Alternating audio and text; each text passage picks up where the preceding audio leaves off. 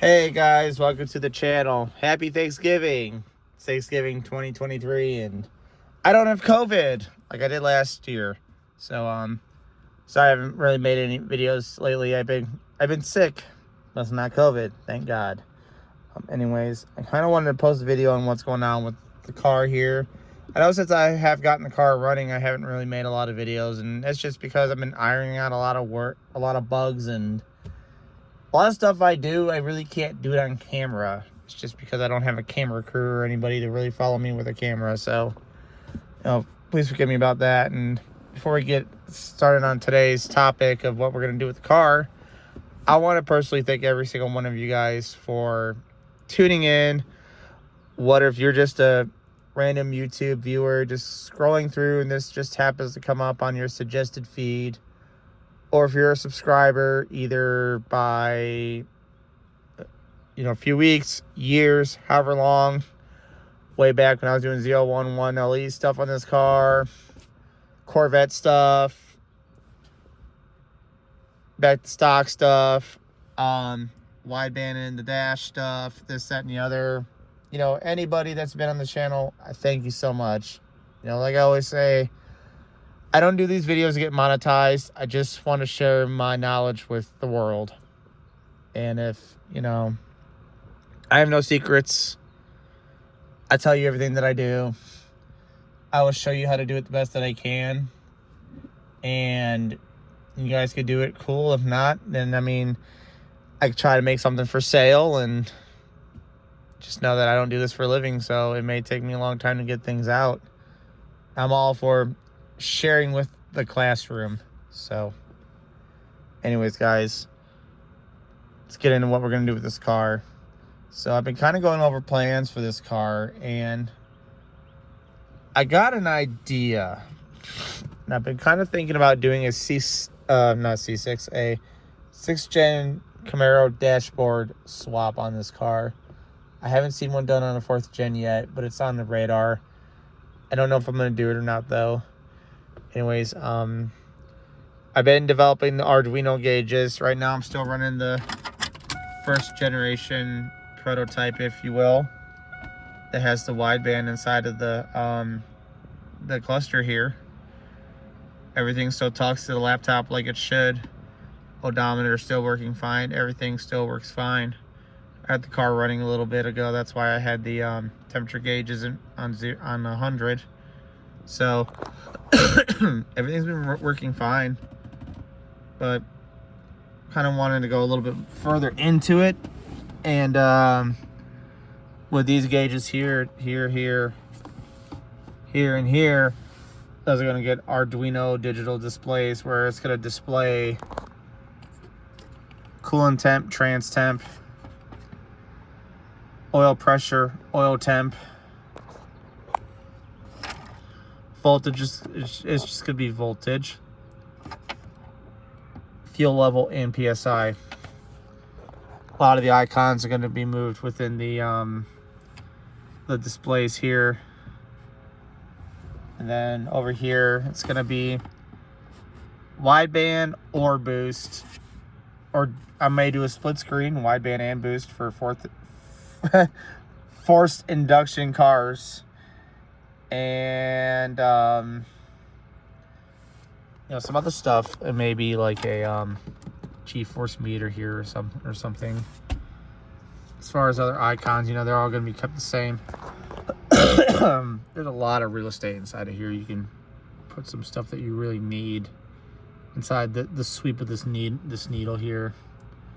So just some tidbits of information that I've been working with. I don't like how these are kind of like a V here. It's going to make kind of concealing that Arduino digital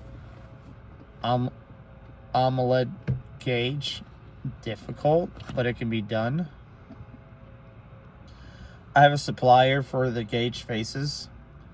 Fortunately, I have to buy the whole gauge and then cut out what I don't need. Kind of a waste, but it'll work. Service engine soon light's gonna get turned into an icon just to kind of slim it down some. This right here is gonna be double the size, where it'll have, you know, ambient temperature, compass capabilities. I'm trying to figure out miles per gallon and this, that, and the other. As far as center console here, I'm trying to figure out. I've seen a couple cars like this where they have the 6th gen Camaro center console inside of here, and I really want to go that route.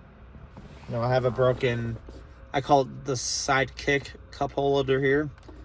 I have one that's broken, so I really want to get rid of it, and I want to get rid of this bulge in general. It doesn't really suit my needs.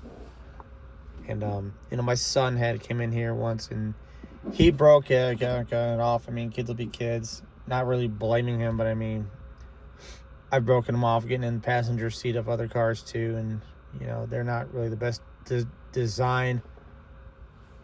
His mother hated this, so she always said that was dumb, and I'm not a fan of the cup holder being right in the path of the shifter here. So so we're gonna switch it over to a 6th gen, where it kind of, I think it kind of goes like this. The cup holder is more like right here, and e-brake handle goes bye-bye. So what I will do in that is I will get a 100 foot-pound linear actuator that's 12 volt, hook up to the park button here, push it down. If you pull it up, it's going to engage that linear actuator and pull the cable to engage the e-brake. If you push it down, it'll release it. So it'll still turn the light on the dash. It says brake. So that'll work. And as for the mode button here, I'm going to wire that up to where it's going to have a kind of like a sport mode, where it's going to engage the performance shift points inside the transmission. And there'll be a little indicator somewhere along where it says trans temp over here. It'll have an N or a P, normal or performance, and then you'll know what mode you're in. So that's kind of what's going on for the interior here. I want to get some different seats. You know, I made these seats out of Joann fabric, and they weren't too terribly difficult to do. They were the first seats I ever did. Oh, and I'm getting a dash pad skin for this thing too, so they weren't too terribly difficult to do. The fabric really isn't that great, and I mean, it's all right. It's not the best though. I really want to get some different seats. I want to make them heated too. Sometimes in North Carolina we do get some cold days, and I will drive this thing unless it's pouring down rain or snowing. So my driver's seat here, you know, it's already starting to crack, and I got some stuff going on here, so these seats weren't really the best to begin with. There's a lot of little stuff going on with them, with the padding and everything else. Center console lid has a nice little hump inside of it, but I mean, it's still intact. It's for me driving like this, so. But I mean, right now the most severe thing I'm going to deal with is probably going to be the whatchamacallit,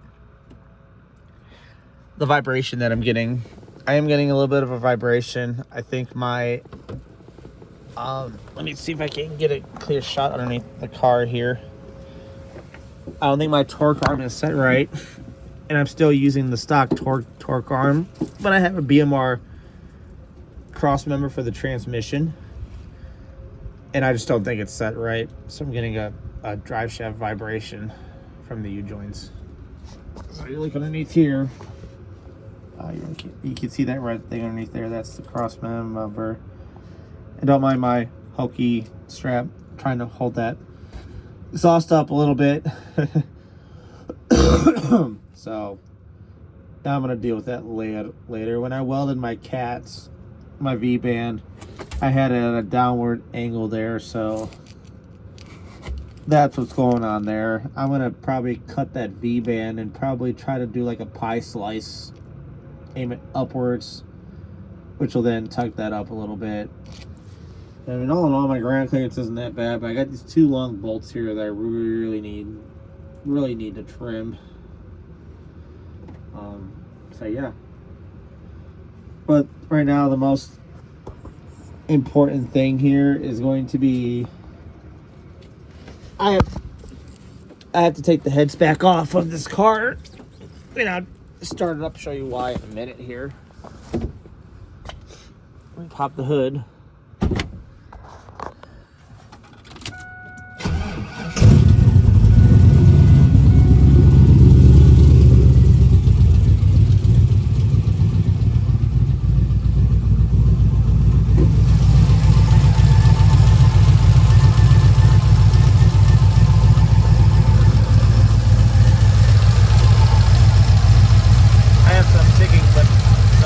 Lifters that are ticking here, so I really want to do something with those and get rid of that issue.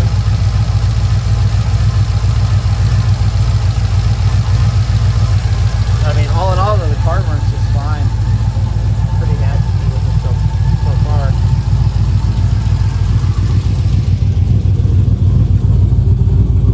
We'll go ahead and shut this thing off.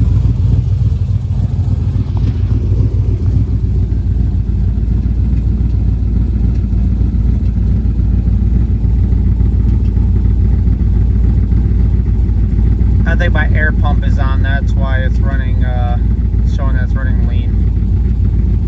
My air pump does work on this car.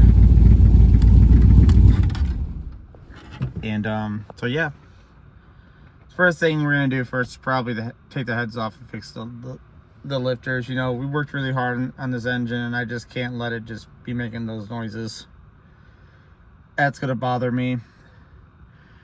2020 hindsight, I wish I would have spent the $120 and got new lifters instead of rebuilding the ones that came out of the engine. You know, I thought I could rebuild them, but I mean, you live and you learn. You can't beat yourself up over it. Things happen. So, what do you guys think? You know, let me know in the comments. Like, share, subscribe. It's Thanksgiving, guys. Be safe. Now more than ever. Somebody loves you. They want you to come home safe. So, be safe, have fun, stay healthy, and I'll catch you guys on the next video. Thanks, guys.